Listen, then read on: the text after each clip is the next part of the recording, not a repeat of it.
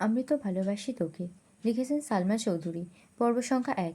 ৭ বছর পর বাড়ি ফিরেছে খান বংশের বড় ছেলে সাজ্জাদুল খান আবির। বাড়ি ফিরেছে বললে ভুল হবে। বিদেশ থেকে দেশে ফিরেছে আবির। এই ৭ বছরে খান বাড়িতে ঘটে গেছে অনেক ঘটনা, যার সাথে সশরীরে যুক্ত নেই আবির। তবে আত্মিকভাবে প্রতিটি ঘটনায় জড়িয়ে আছে সে। আবিরের বাবা চাচা ৩ জন। আবিরের বাবা সবার বড়, নাম আলী আহমদ খান। তানভীরের বাবা মেজো নাম মোজাম্মেল খান। ছোট চাচ্চুর নাম ইকবাল খান। আবির তার বাবা মায়ের একমাত্র ছেলে।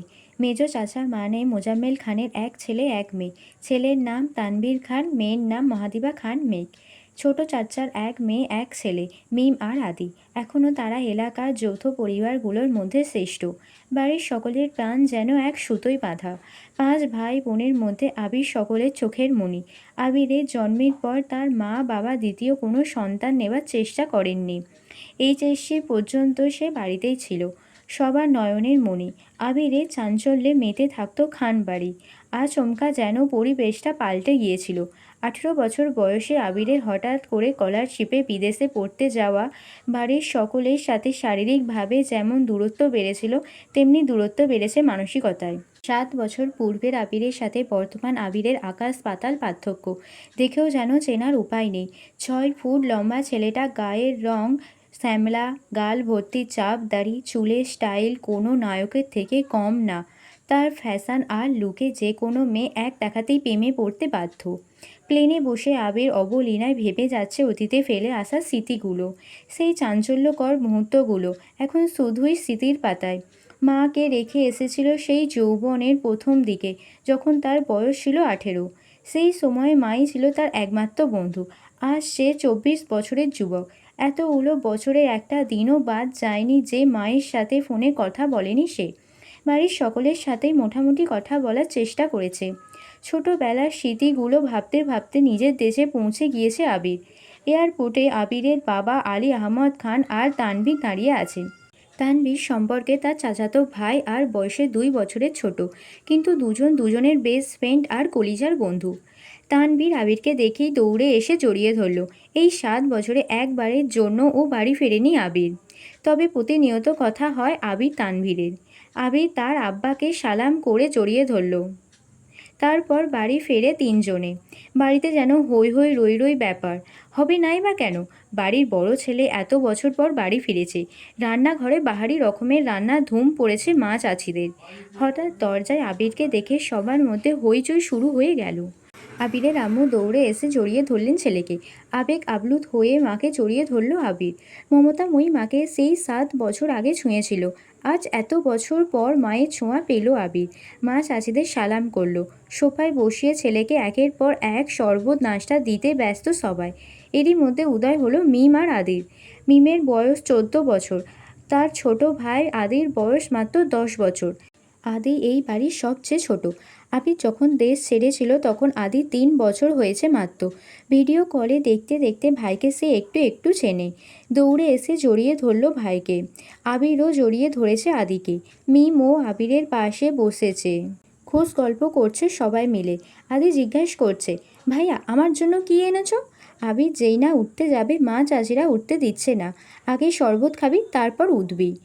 আবির তানভীরের দিকে তাকিয়ে বলল, ওই লাগেজটা নিয়ে আয় তো। তানভীর একটা লাগেজ টান দিতে যাবে, আবির আচমকা বসা থেকে দাঁড়িয়ে বলল, ওইটা ছবি না। তানভীর সহ বাড়ির সকলেই যেন অবাক হয়ে গেল। আবির আবার ঠান্ডা মাথায় বলল, পাশের লাগেজটা নিয়ে আয়। তানভীরও তার কথা মতো লাগেজ নিয়ে আসলো। লাগেজ খুলে যে যার মতো জিনিস বের করছে আর জিজ্ঞেস করছে, এটা কার ওইটা কার। আবির শরবত খেতে খেতে উত্তর করছে, আদির জন্য বিদেশি দামি দামি খেলনা, মিমের জন্য ড্রেস, কসমেটিক বক্স, মা কাকিদের জন্য অনেক গিফট, তানভীরের জন্য মোবাইল, একটা ল্যাপটপ, অন্যান্য গিফট। আলাদা আরেকটা ল্যাপটপ আছে। মিম জিজ্ঞাসা করছে, ভাইয়া এই ল্যাপটপটা কি তোমার? আবির উত্তর দেয়, না এটা মেঘের। মেঘের মা হালিমা খান জিজ্ঞেস করলেন, মেঘের ল্যাপটপ কি দরকার বাবা? আবির, ওর তো এইচএসসি পরীক্ষা শেষ, সামনে অ্যাডমিশন টেস্ট আছে, অনেক কিছু জানার বা পড়ার দরকার আছে। মোবাইল দেখে পড়ার থেকে ল্যাপটপে সুবিধা হবে, তাই নিয়ে আসলাম। মেম, আমার জন্য নিয়ে আসতে একটা। আবির অবলীলায় হেসে উত্তর দেয়, তোর 18 বছর বয়স হলে তোকেও কিনে দেব, চিন্তা করিস না। মিম খুশিতে গদগদ হয়ে বলে, ধন্যবাদ ভাইয়া। বাড়ির হইচই শুনে ঘর থেকে বের হলেন ছোট চাচা ইকবাল খান। আবির চাচুকে দেখেই সালাম করতে চায়। চাচু বাধা দিয়ে জড়িয়ে ধরেন ভাতিজাকে। ইকবাল খান বাড়ির সকলের দিকে এক পলক তাকিয়ে নরম স্বরে বলেন, এতদিনে এই বাড়িটা পরিপূর্ণ হলো। ইকবাল খানের জন্য আনা উপহার আবির নিজের হাতেই চাচুকে দিল। বাকিদের জিনিসগুলো একটা একটা করে দিল আবির। মেজো চাচু মানে মোজাম্মেল খান বাসায় নেই, তাই ওনার জন্য আনা গিফট যত্ন করে রেখে দিল আবির। লাগেজে পড়ে আছে একটা বক্স যেটা র্যাপিং পেপারে মোড়ানো আর একটা শপিং ব্যাগ। আদি জিজ্ঞেস করলো, ভাইয়া এটা কার? আবির ল্যাপটপের পাশে বক্স আর শপিং ব্যাগটা রেখে উত্তর করলো, এগুলো মেঘকে দিয়ে দিও, আমি রুমে যাচ্ছি। ইকবাল খান এক পলক সবার দিকে তাকিয়ে জিজ্ঞেস করলেন, মেঘ কোথায়? হালিমা খান উত্তর দিলেন, ও তো কোচিংয়ে গেছে, এতক্ষণে তো চলে আসার কথা। আবির বাকি দুটা লাগেজ নিয়ে উঠতে চাচ্ছিল, হঠাৎ পিছন ফিরে মায়ের দিকে তাকিয়ে প্রশ্ন করলো, আমি কোন রুমে থাকবো? ছেলের এমন প্রশ্নের জন্য হালিমা খান হতভম্ব হয়ে পড়লেন। তৎক্ষণাৎ স্বাভাবিক হয়ে উত্তর করলেন, তোর রুম তোরই আছে, আর সকালেই পরিষ্কার করা হয়েছে। আবির কোনো কথা না বলে দুই লাগেজ নিয়ে উঠতে গেলে তানভীর এগিয়ে আসে, আমায় দাও, আমি নিয়ে যাচ্ছি। আবির একটা লাগেজ তানভীরের দিকে এগিয়ে দেয়, নিজে আরেকটা লাগেজ সযত্নে নিয়ে সিঁড়ি দিয়ে উঠতে থাকে। ততক্ষণে দরজায় এসে উপস্থিত হয় এই বাড়ির বড় মেয়ে মহাদিবা খান মেঘ। মেঘকে দেখে দৌড়ে এসে বলে, আপু আপু, আবির ভাইয়া এসেছে। মেঘ সিঁড়ির দিকে তাকায়, লম্বা স্বাস্থ্যবান সুপুরুষ দেহি একজন হাতে লাগেজ নিয়ে সিঁড়ি দিয়ে উঠছে, শুধু পিছনটা দেখা যাচ্ছে। মেঘ ভিতরে ঢুকে সবার হাতে গিফট দেখে এদিক সেদিক তাকায়। ততক্ষণে আবির নিজেই রুমে চলে গিয়েছে। মেঘের মা হালিমা খান মেয়ের দিকে এগিয়ে এসে বলেন, তোর জন্য গিফট এনেছে। মেঘ তাকিয়ে বলে, কি গিফট? হালিমা খান চোখের ইশারা দিলেন। সোফায় রাখা ল্যাপটপের দিকে চোখ পড়ে মেঘের, ছুটে যায় ল্যাপটপের কাছে, জিজ্ঞাসা করে, এটা কি আমার? মিম বলে, হ্যাঁ আপু, এটা তোমার। বক্স আর শপিং ব্যাগটাও তোমার। ল্যাপটপটা ঘুরিয়ে ফিরিয়ে দেখছে মেঘ, যেন আকাশ কুসুম কিছু পেয়ে গেছে। তারপর শপিং ব্যাগটা একটু খুলে দেখলো, দুটা ড্রেস মনে হচ্ছে। সে ল্যাপটপ আর বক্সগুলো নিয়ে রুমের দিকে চলে যাচ্ছে। এত বছর পর নিজের রুমটা আর সর্জানিত নয়নে দেখছে আবির। সেই পরিচিত ঘান, যেখানে সে নিজের জীবনে 12টা বছর কাটিয়েছিল। যেই রুমটা ছিল তার একান্ত ব্যক্তিগত, আজও তাই আছে। একটা জিনিসও এদিক সেদিক হতে দেয়নি আবিরের মা হালিমা খান। এমনকি রুমে বছরের পর বছর তালা দিয়ে রেখেছেন তিনি। যখনই ছেলের কথা মনে হতো, ছেলের রুমে এসে নীরবে কেঁদে যেতেন, যেন কেউ বুঝতে না পারে। আবির রুমে ঢুকে লাগেজ খুলে নিজের পরনে টি শার্ট হাতে শাওয়ার নিতে চলে যায়। শাওয়ার শেষে বের হলেন একটা কফি কালার টি শার্ট আর একটা ট্রাউজার পরে, হাতে টাওয়াল নিয়ে মাথায় চুল মুছতে মুছতে। খাটে বসে আছে তানভীর, লাগেজ নিয়ে এসে রুমেই বসে আছে সে। তানভীরকে দেখে আবির জিজ্ঞেস করছে, কি হলো, কিছু বলবি? তানভীর মুচকি হেসে জিজ্ঞেস করছে, আচ্ছা ভাইয়া, ওই লাগেজটা ধরতে দিলে না কেন? কি আছে ওইটাতে? আবিরের চক্ষুদ্বয় উদ্বেগ স্পষ্ট, চোয়াল শক্ত করে উত্তর দিল, ওটাতে আমার পার্সোনাল কিছু জিনিস আছে। তানভীর হাসতে হাসতে উত্তর দেয়, সেই পার্সোনাল জিনিসগুলো দেখতে চাচ্ছে আমার অবুঝ মন, কি করব বলো?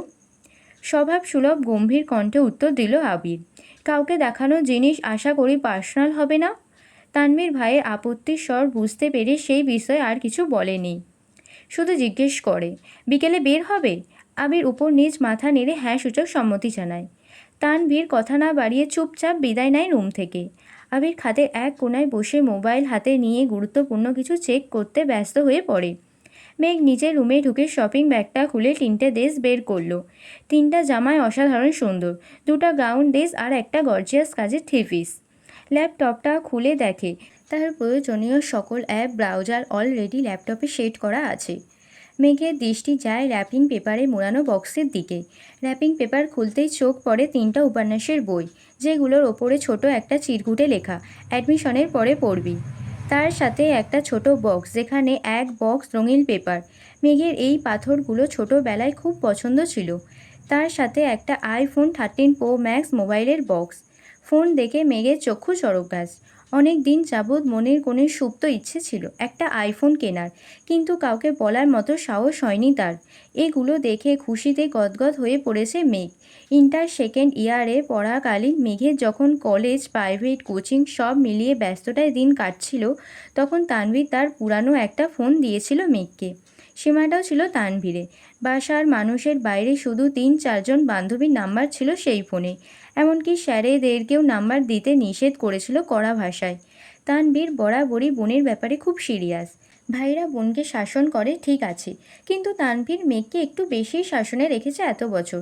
এইচএসসি পরীক্ষা চলাকালীন সময়ে তানভীরকে খুব সাহস করে পড়েছিল, ভাইয়া পরীক্ষা শেষ করে আমায় একটা নতুন ফোন কিনে দেবা? অগ্নি দৃষ্টিতে তাকিয়েছিল তানভীর, যেন মস্ত বড় অন্যায় করে ফেলেছে। তারপর মেঘ নতুন ফোনের আশা পুরোপুরি ছেড়ে দিয়েছিল। আর সে না চাইতেই আইফোন পেয়ে গেছে, ল্যাপটপ পেয়ে গেছে। এ যেন মেঘ না চাইতেই জল।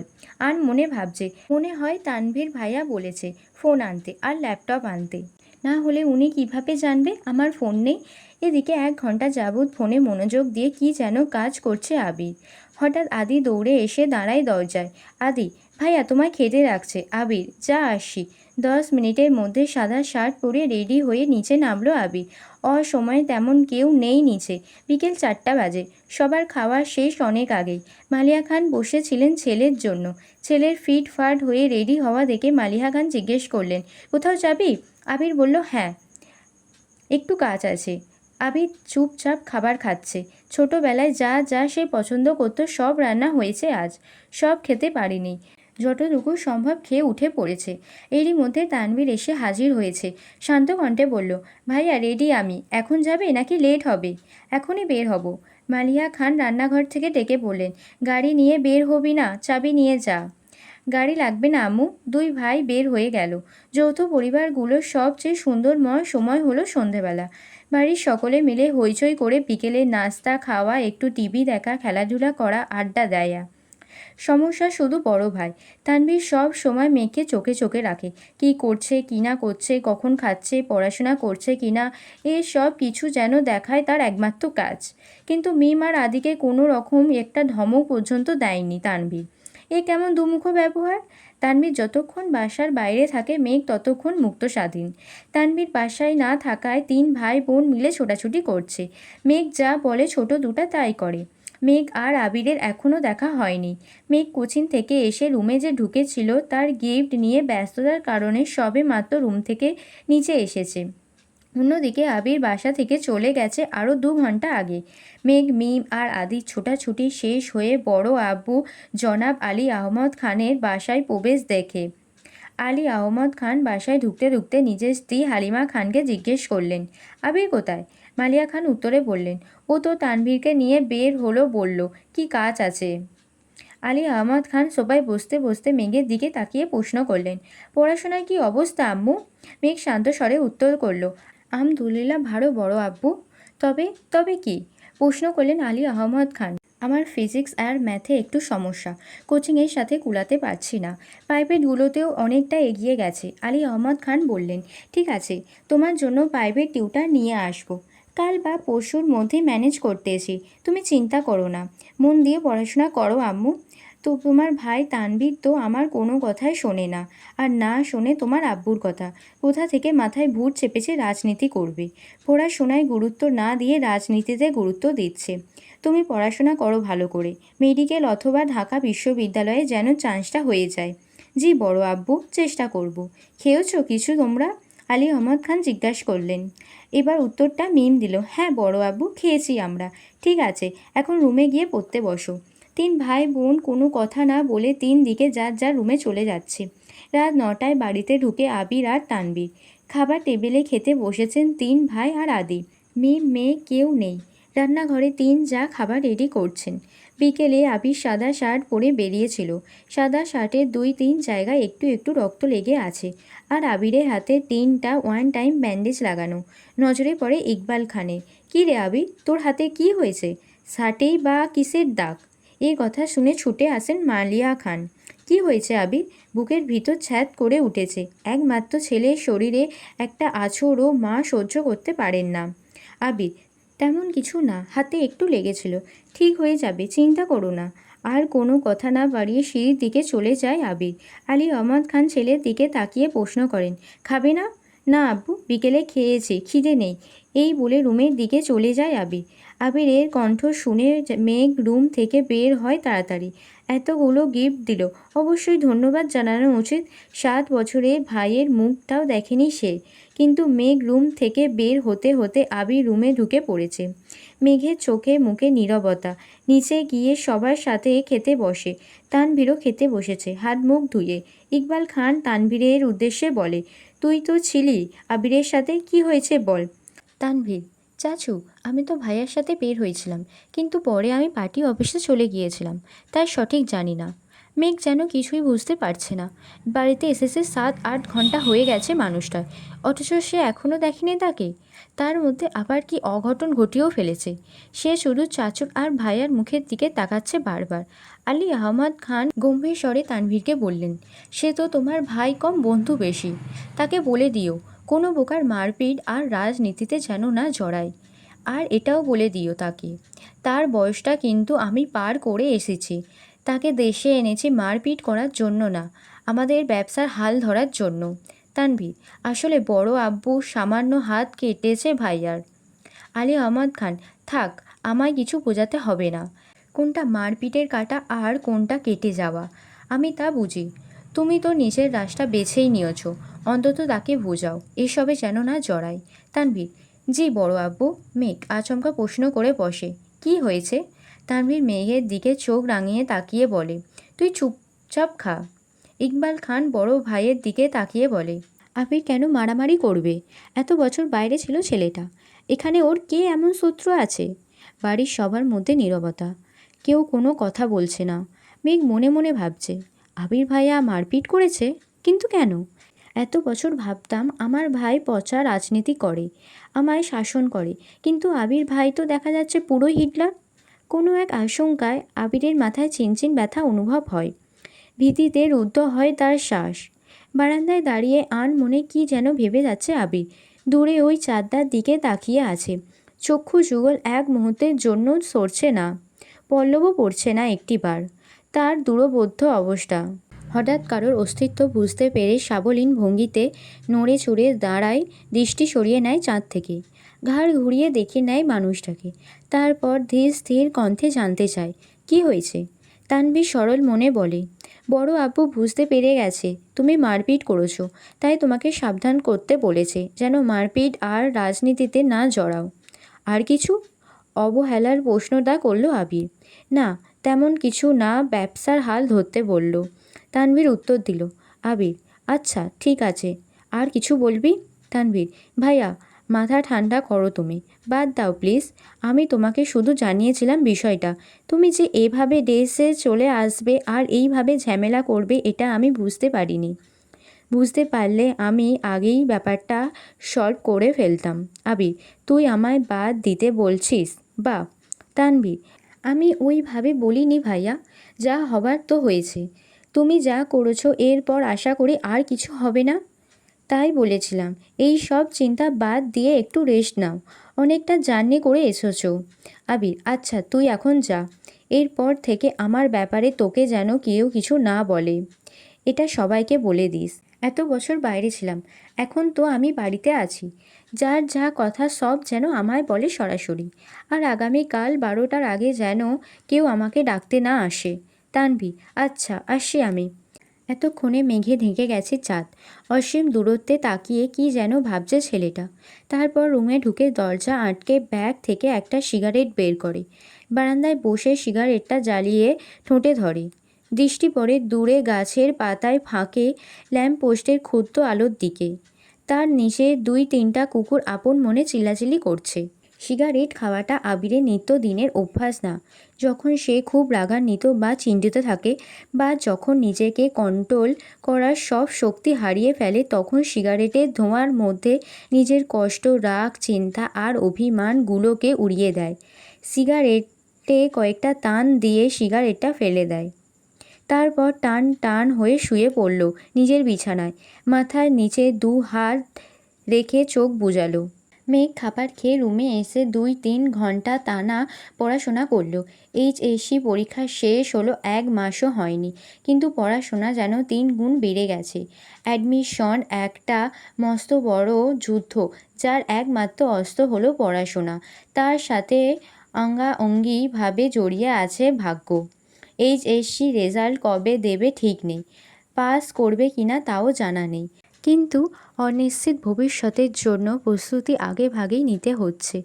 বয়সের তুলনায় মেয়েটা পড়াশোনায় একটু বেশি এগিয়ে গেছে। 18 বছর বয়সে পা দিল সবেমাত্র। 2 মাস হয়েছে তার মধ্যে এইচএসসি পরীক্ষা শেষ। কয়েক মাস পরে সে স্নাতক শিক্ষার্থী হতে চলেছে। ভাবতেই কেমন যেন নিজেকে বড় বড় মনে হয় মেঘের।